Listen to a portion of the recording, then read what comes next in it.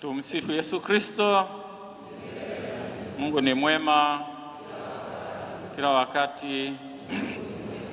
Ndugu zangu wapendwa katika Kristo, tunaadhimisha misa hii kama nilivyosema nia zetu hizo tatu. Kwanza kabisa tunawaombea wale ambao waliuawa wakati wa uchaguzi mkuu. Tunasema waliuawa kwa sababu watu hawa hawakuumwa, walipigwa risasi. Na waliopigwa risasi wengine walikuwa kwenye maandamano, na wengine walikuwa nyumbani kwao, wengine walikuwa naenda kazini, na wengine walikuwa madukani mwao. Hawa walipitiwa na risasi, wakapigwa, wakafa. Hata wale ambao walikuwa kwenye maandamano, ukiona kwamba mtu amekosea, uwezo kumhukumu moja kwa moja. Ndio maana katika hatua tunasema kwamba kuna mtuhumiwa, alafu mahakama ndio itasema huyu ana hatia, atapelekwa gerezani, lakini si kuua. Waliuawa. Kwa hawa ndio tunawaombea. Tunawaombea Mungu aweze kuwapokea huko mbinguni. Lakini vile vile tunawaombea wale ambao wako kwenye maumivu bado kwa majeraha mbalimbali kutokana na matukio hayo, ambao wapo katika maumivu hayo makali. Mungu awape wepesi ili waweze kupona. Lakini vile vile tunaombea haki na amani katika nchi yetu. Na haya yote yanaonekana katika wimbo wetu wa taifa. Tunasema ni wimbo wa taifa kwa sababu natutambulisha tulivyo. Na tunapoangalia yote haya yaliyotokea, nasema haya yametoka wapi? Kila mtu anashangaa, kila mtu amedua, na tunahuzunika, tunalia. Hatujui yametokeaje na kwa nini yako hivi. Ni swala ambalo ni lazima kujiuliza sana. Wimbo wetu wa taifa tunaimba kila wakati. Na tunapoiombea Tanzania, dumisha uhuru na umoja, haki na amani. Tunayarudia mara nyingi haya.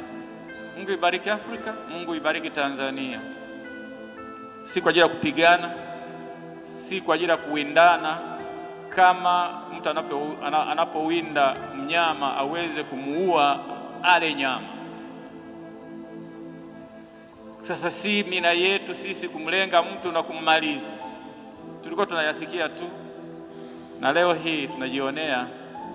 Na kama watu wa taifa hili tunahuzunika, na wingu zito limefunika nchi yetu. Lakini tunaangalia hadhi ya mwanadamu, kama tulivyosikia katika somo la kwanza, hadhi ya mwanadamu. Tunaangalia kwanza ametoka wapi huyu mwanadamu. Ni sawasawa na nguruwe? Ni sawasawa na ng'ombe? Au ni sawasawa na wadudu ambao tunakanyaga kila wakati? Ana hadhi yake. Mwanadamu katika somo la kwanza aliumbwa na hali ya kutokufa. Hali ya kutokufa, ambao Waingereza wanasema kwamba aliumbwa awe katika hali ambayo inaitwa immortality, kutokufa, awe rafiki wa Mungu kila wakati. Katika dhambi ile basi ikaletwa mauti, lakini mwisho wakati Kristo alikuja, amekufa kwa ajili yetu. Na ndio maana katika somo la kwanza sema roho za wenye haki wamo mikononi mwa Mungu. Na kwa sababu hiyo mwili huo umekufa, lakini roho hii inaendelea, ipo mikononi mwa Mungu, inalindwa na Mungu. Hakuna tabu itakayogusa tena, hata wana bunduki tena, mlio wa mabomu yoyote, chukizo yote, kwa mikononi mwa Mungu analinda. Hiyo ni asili yetu. Tumetoka kwa Mungu sisi. Tuliumbwa na hali ya kutokufa. Lakini zaidi ya hilo, hadhi yetu bado ipo. Tuliumbwa kwa sura na mfano wa asili ya Mungu, ambayo asili yake ni umilele, eternal God. Mungu ambaye hana mwanzo wala hana mwisho. Ndio tumeumbwa kwa sura na mfano huu. Uwe umekosa, uwe umefanya nini, hadhi yako iko pale. Wewe ni sura na mfano wa Mungu, na kwa sababu hiyo lazima kumwangalia mtu kwa namna ya pekee, sio kumweka kama mnyama, na kwa sababu hiyo kumfanyia upendavyo. Pana. Na tunaangalia huyu mwenye hadhi, mwanadamu huyu aliye na hadhi hii, na kwa sababu tunajiangalia sisi sote kama binadamu. Ninapomwangalia mwenzangu ni sura na mfano wa Mungu, na ninavyomtendea mwenzangu ninamtendea Mungu mwenyewe. Na ndio maana tunasema kwamba mwanadamu huyu ana heshima yake. Kwa heshima kwa mwanadamu, ndio hapo tunapoongelea sasa haki yake. Ana haki ya kuishi, ana haki ya kusikilizwa, ana haki ya matibabu, na ana haki ya kujieleza kwa uhuru wake wote. Na penye haki pana furaha, pana umoja, pana uelewano, pana undugu. Hakuna anayemuona mwenzake ni adui. Kwa mfano kama sasa hizi unajua kwamba pengine walilengwa risasi wenzetu wakafa. Sasa wale waliolenga risasi hao ni nani hao? Sasa wamelenga risasi, hilo limewapata hao, wamekufa. Na tuna ndugu, tunalia sisi ndugu zao, tunaomboleza sisi ndugu zao. Sasa tunapowaona waliolenga risasi tunawaangaliaje? Kwa sasa ni manake wanakuwa sasa ni nani?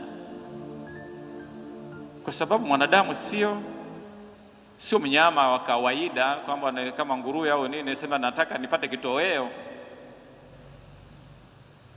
Napomaliza huyu napata faida ipi zaidi ya chukizo kwa Mungu? Mengi yanaongelewa sana leo hii, yanaongelewa kwa namna tofauti. Pengine tunayaweka haya kisiasa, lakini mwanasiasa wa kwanza alikuwa Mungu. Mwanasiasa wa kwanza alikuwa Mungu. Na siasa yetu kama binadamu tunasema kwamba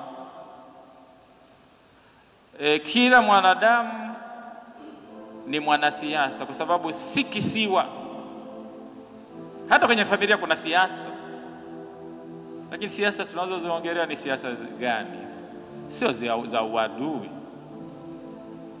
Taifa letu limeundwa, tukiangalia baba wa taifa alituweka katika misingi ya kupendana, ya kusaidiana, ya kukosoana kwa upendo. Alafu hata yule anayeongoza kujikosoa, kwa sababu wa taifa alijikosoa, alisema kabisa kwamba tutathimini muda huu tulioishi. Tumeishije? Tumekosea wapi? Tujirekebishe. Kumbukeni kwamba mtu ambaye haweza katambua kosa lake ni vigumu sana kujirekebisha. Naona kila mmoja anayesema anamuonea, ni kama yani anamtendea vibaya sana yeye. Na hili ni tatizo, ndio tatizo hilo. Kwa sababu kama anasikilizwa, ni mahitaji ya mwanadamu huyu ambaye ana mahitaji ya kimwili, na bila tibiwe, na bila pumzike, lakini ana mahitaji ya kisaikolojia, kupendwa, lakini vile kusikilizwa, yale anayoyatamka, yale anayoyaeleza, ajieleze kwa nani. Lakini vile vile ana mahitaji ya kiroho. Huyu anamhitaji muumba wake, Na ndio maana kila kitu tunakikabidhi mikononi mwa Mungu, iwe katika serikali, iwe katika nini. Tuanze na dua, tuanze na sala, sio maigizo. Kama kweli tunamjikabidhi mbele ya Mungu, haya yalimetoka wapi? Haya yaliyotendeka yametoka wapi? Wengine kama Tanzania hapa tunaona kwenye movie, lakini leo hii kwa macho sasa tulikuwa tunayaona. Sasa juzi hii tumeona risasi zinavyomiminwa, tumekaa ndani, ukitoka nje unaogopa kwamba utakutana na risasi. Na ndio maana lazima kukaa kuangalia hili. Na ndio maana tuseme tunapoombea haki na amani katika taifa letu, kuna wimbo unaimbwa, ni sawa sawa kusema upendo, sio hisia. Upendo unaoongelewa katika imani yetu ni upendo wa sadaka. Na tunapoongelea amani, sema wimbo wa amani unaimbwa sana, lakini tunasahau kuimba wimbo wa taifa. Tunasahau kuimba wimbo wa taifa. Kama tunaimba ni maneno tu tunayotamka, lakini nyoyo zetu ziko mbali sana. Mungu ibariki Tanzania, dumisha uhuru na umoja, watu wajisikie nyumbani, lakini vile vile haki na amani. Lakini sasa siku hizi tunaimba amani, amani, amani, amani, amani. Tudumishe amani, tudumishe amani, tudumishe amani. Huwezi kujenga nyumba hewani hata siku moja. Msingi wa amani ambayo itakuwa imara kwa taifa lolote lile, msingi wake ni haki. Haki kwa kila mmoja. Tunaangalia vitu vyote hivyo, tukiangalia iwe katika uchumi, iwe katika maadili, iwe katika vyote hivi, lakini haki. Iwe katika mahakama zetu, haki. Lakini sasa kama kila kitu kinaenda tu, ndio kwamba tunapotea. Na ndio maana tuangalie kwa namna ya pekee haya yaliyotokea ni ujumbe kwetu. Manake kila mara hata ukitoka nje tulikuwa tukiimba wimbo, tazama ramani utaona nchi nzuri yenye mito na mabonde mengi ya nafaka. Unafurahia, unajisikia nyumbani. Sasa leo tunaimbaje? Unalia tu, utaimba tazama, machozi yanakutoka. Machozi yanakutoka kwa sababu wewe unaishi kama mkimbizi, unaishi kama upo nyumbani. Hili ni tatizo. Hili ni tatizo ambalo tusipoangalia kwa makini tutapotea. Katika historia ya ulimwengu, yani katika mwanadamu huyu, kulikuwepo na wanafalsafa wa mwanzoni. Walikuwa wanaangalia hivi ukweli, vitu vyote vimeumbwa vimetoka wapi? Baadaye akaona mbona amepotea, haiwezekani. Ngoja tumwangalie mwanadamu yeye mwenyewe. Wakamwangalia mwanadamu, haiwezekani. Mwisho akaingia kwenye kitu kinaitwa relativism. Ni kadiri yangu mimi. Ukweli ni kadiri yangu mimi. Sasa kila mtu akisema ukweli ni kadiri yangu mimi, si tunauana sisi? Mimi ndiyo mwenye ukweli, wewe huna. Na najisikia baridi. Kadiri yako wewe mabaridi. Usiseme leo kuna baridi sana. Namwambia nani? Wanafalsafa walifika hivi. Wakaenda mbele, wakafika kipindi mpaka wakaamini ushirikina, wakaogopa nyota. Lakini walikaa chini wakasema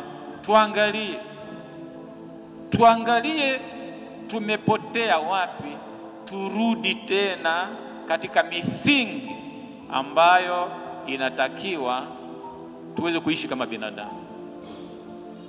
Lakini sisi tusiposoma vizuri ujumbe huu tunaouona huu ambao tunalia, tunaomboleza,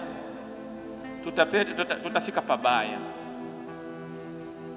Tukijidai kwamba tumefumba masikio, tukajidai kwamba tuoni, tukaegemea upande mmoja, tusipomwangalia muumba huyu kila mara tunajikabidhi mikononi mwake, tuwe tunaanza kampeni tumuombe Mungu kwanza, tunaanza hiki tumuombe Mungu kwanza, tunaanza bunge tumuombe Mungu kwanza. Tusipomwangalia sasa tunamuomba nani?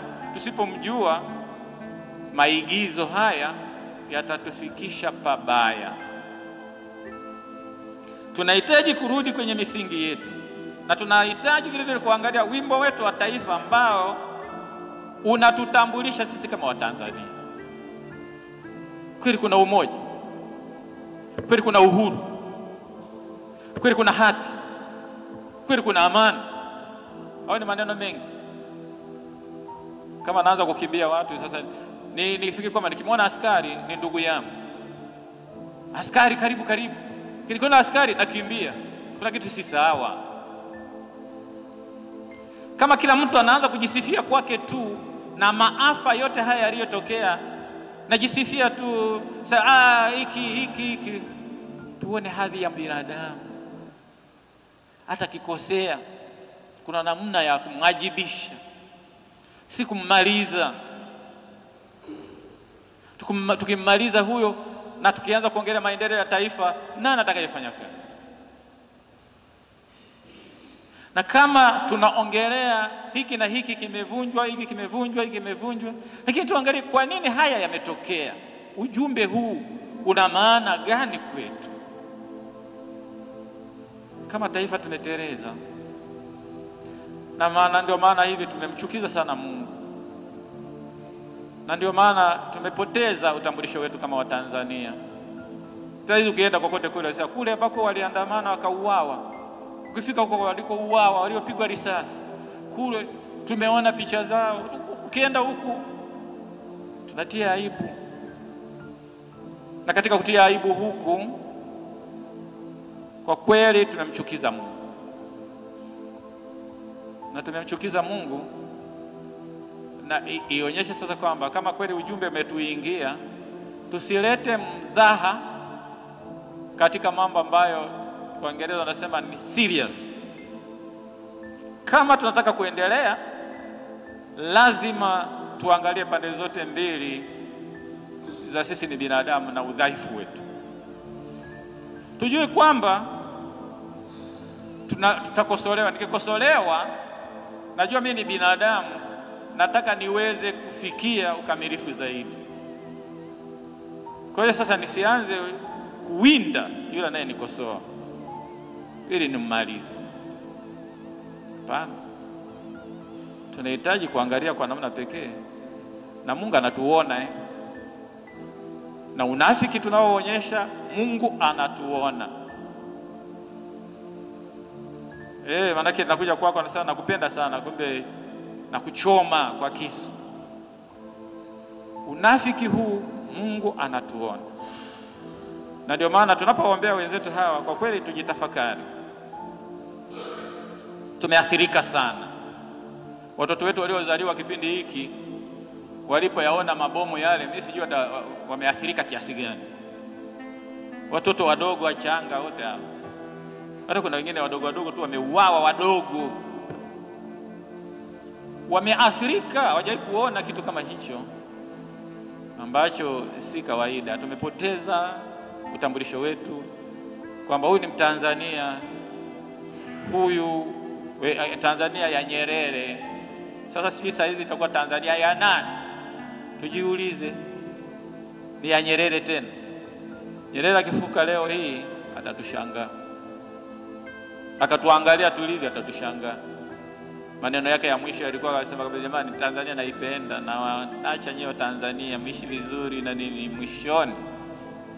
Lakini sasa kute hivi tunauana kama wanyama, tunachukiana, tuna uhasama, hatusaidiani, hatuongozani. Tatizo kubwa. Wingu hili sisi litaisha lini? Tuendelee kumwomba Mungu. Na ndio maana tunaikabidhi nchi yetu ya Tanzania mikononi mwake. Tunaombea haki na amani. Sio tu amani, haki na amani, msingi na nyumba yake, ili iweze kuwa imara daima. Tunaombea waliojeruhiwa uponyaji. Tunawaombea marehemu wote waliouawa pumziko la milele. Tumsifu Yesu Kristo. Nawashukuru kwa kunitembelea kama wadau wa Breeze Online TV. Niwapongeze kwa kuanzisha chombo hiki ambacho kwa maoni yangu kinalo jukumu kubwa la kuinjilisha na pia la kuelimisha jamii kuhusu masuala mbalimbali ya msingi. Kujihusisha na mambo haya ni kuijali jamii na kuiwezesha kushughulikia yale yanayopaswa kufanywa kazi. Napenda kualika waamini wa Dar es Salaam, Wakristo wa Dar es Salaam na watu wote wenye mapenzi mema kuitambua Breeze Online TV kama chombo kinachotambulika na kinachokubalika, na hivyo kuwaunga mkono katika harakati za kutekeleza majukumu yao ya kutufikishia habari njema. Na mshukuru kila mmoja atakayewapokea na kuwapa ushirikiano unaotosheleza. Mungu awabariki na kuwalinda.